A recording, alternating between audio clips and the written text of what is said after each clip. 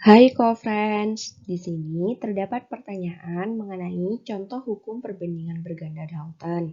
Untuk dapat menjawab pertanyaan ini, maka kita pahami terlebih dahulu apa itu hukum perbandingan berganda Dalton. Hukum perbandingan berganda Dalton di sini itu menyelidiki di mana dari dua unsur itu dapat dibentuk beberapa senyawa dengan perbandingan massa yang berbeda-beda.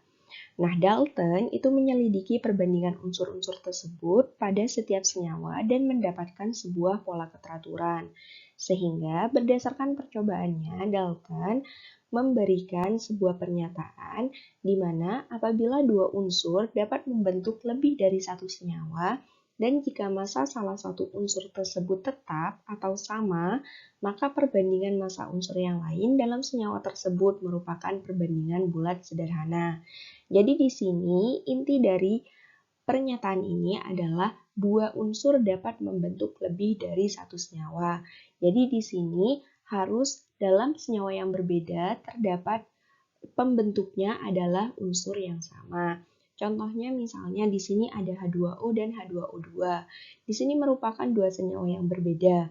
Namun H2O dan H2O2 itu terbentuk dari dua jenis unsur yang sama, yaitu unsur H dan unsur O.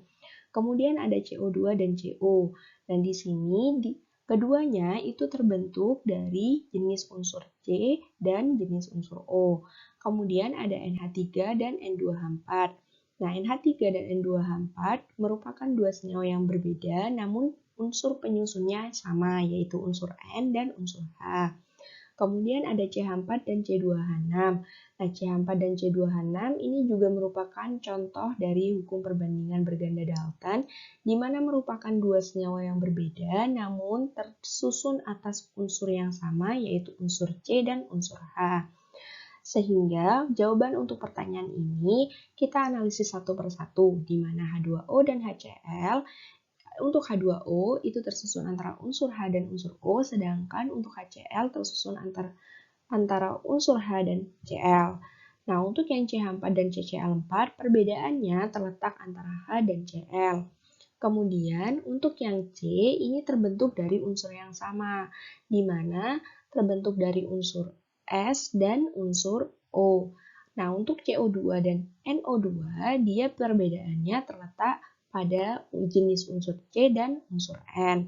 Kemudian ada NH3 dan PH3, perbedaannya terletak pada unsur N dan unsur P. Sehingga jawaban yang benar untuk pertanyaan ini adalah option C. Sekian, sampai jumpa di slide berikutnya.